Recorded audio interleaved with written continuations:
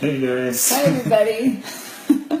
I have a slightly crooked smile and maybe might be slurring a little bit. I just came back from the dentist. It's still kind of numb on my left side. But I'm trying to make up for it with dressing up, with my dress shirt here today. I hope you accept that. Nice efforts, honey. It's too bad it's not 2 days ago when my right side of my mouth was frozen. We could both be talking like this. Anything, I do anything right now, just to avoid conflict. Oh, there you go. Like, what a coincidence. They were in the middle of our discussion today, like conflict. Major impact on a relationship. Conflict. Who likes conflict? Type, I do love conflict in the box. Who has conflict in their relationship? Not me. Yeah. See, and that's exactly it. Like, you sometimes might be. I mean, of course, you're experiencing conflict in your relationship, and so do we. It is really. Maro, honey, she does love conflict. Yay! Cool. All right, we'll be picking on you today. Anyways, what do you do with that? Like, okay, other than Maro, I think there's not many people on this planet that really enjoy conflict. Like, really, truly enjoy it, I mean. Yeah. Mm-hmm. So what we do in a relationship, oftentimes, we try to avoid conflict. So we feel something isn't quite right, or we feel like a grudge or whatever, and something wants to be said, but we're not saying it because we're afraid of having like a conflict. Yeah.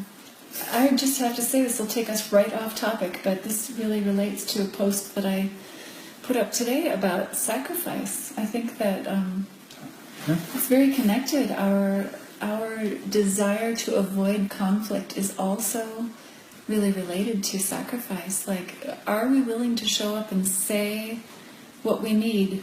Or are we willing to show up and let our partners need what they need? There's so many levels of that, but it's interesting. So that's where it took me. Let's go back, huh?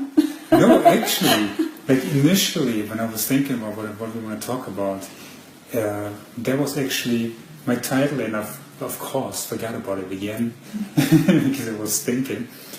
It was avoiding conflict in a relationship at all costs, and that's where the sacrifice comes in, huh?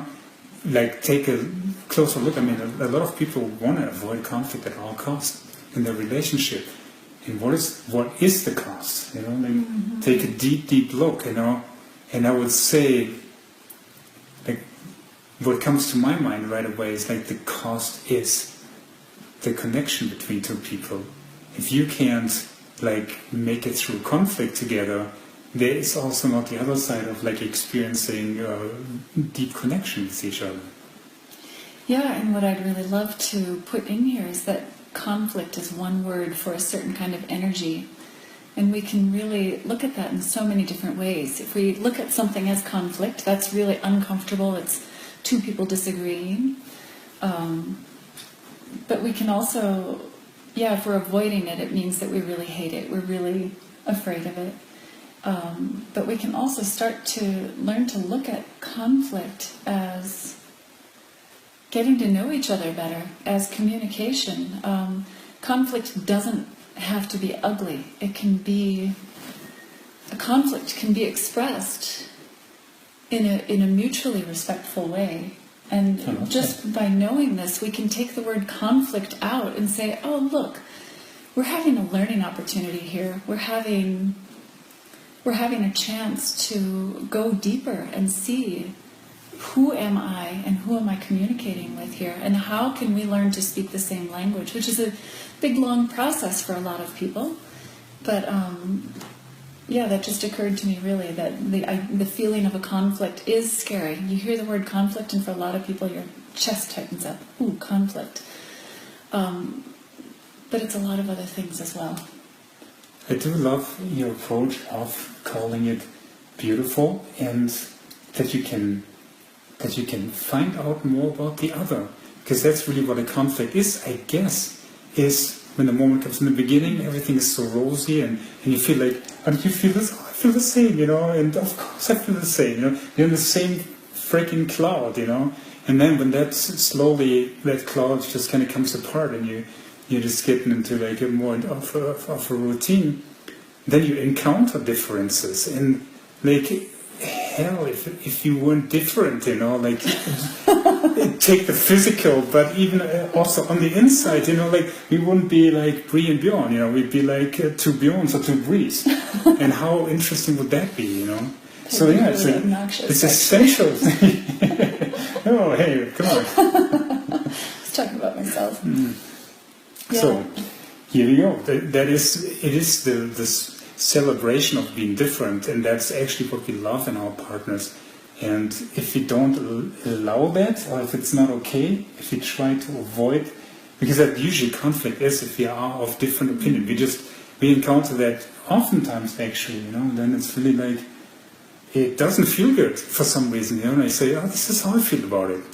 And then Brie says, I feel like this about it.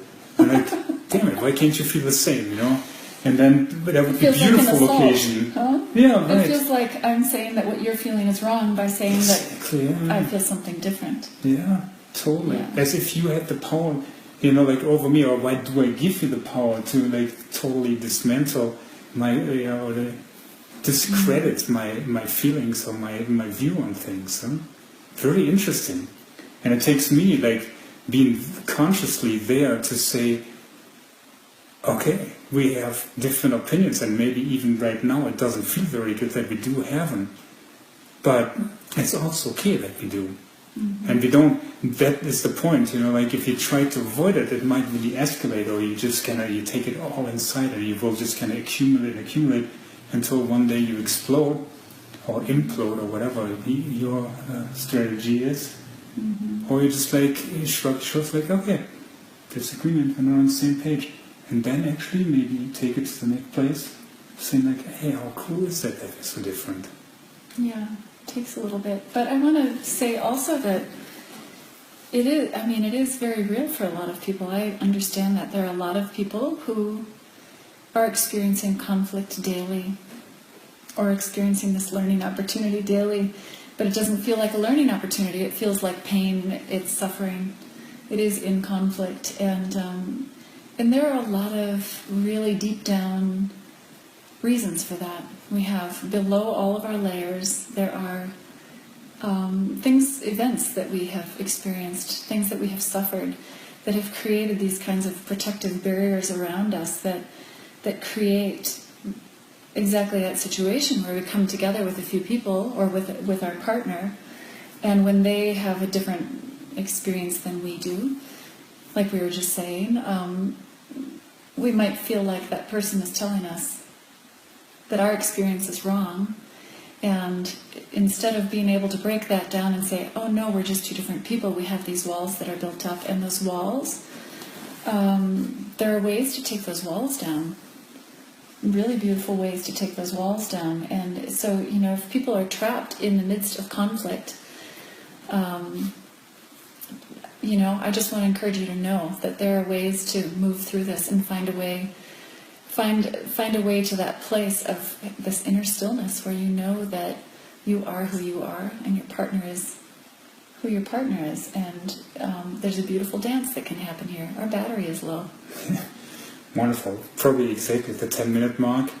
We're done. So that's it. So don't lose your courage if you encounter a lot of conflict, or if you're trying to avoid conflict in your relationship. But maybe you can start shifting your perception a little bit, shifting over the focus, and look at it as something that is actually kind of cool. Allow it more in your life. Don't attach to it either. Like that's it. Like when you allow, it's really letting go of the attachment and saying, okay, this can happen, and know that it can change too. It's an evolutionary process, this learning to communicate with one another and learning to really embrace your differences and even your conflicts at some point. Wonderful. Okay. Great to kind of see you all. Thanks for joining us. Right. Take care. Much love. Ciao. Ciao. Oh, we might have to close the low battery.